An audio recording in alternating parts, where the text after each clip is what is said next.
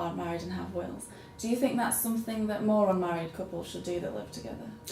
Yes, I do. I think a lot of people might go into a relationship and buy a house together, and then they don't really think about what happens if one of them were to die.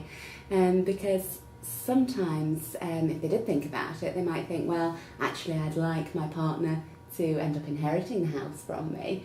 Other people might think, well, actually, I would prefer it if my parents or my brothers and sisters inherited the house, because maybe the family's given me the money to buy the house in the first place. So they really do need to look at what they're going to do with the house, what would happen in the event that something happened to one of them, so that they can make sure that the other one is protected, or at least knows what's going to happen. But that's really, what happens when people die. I mean, do you find that more people should think about the kind of agreements that they need to have in case something goes wrong in the relationship?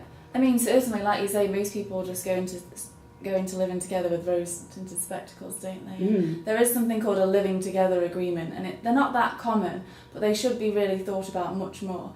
I mean, they can make arrangements for who pays what bills, even when the couple are together still. Who pays what bills, who owns what will happen to the children, just things like that. Who's responsible for day-to-day things that we take for granted? Yeah, and I suppose as well, if somebody's moving in with somebody else who already owns that house, they might want to protect that house in case something went wrong with the new relationship. Yeah, definitely. Yeah, thanks.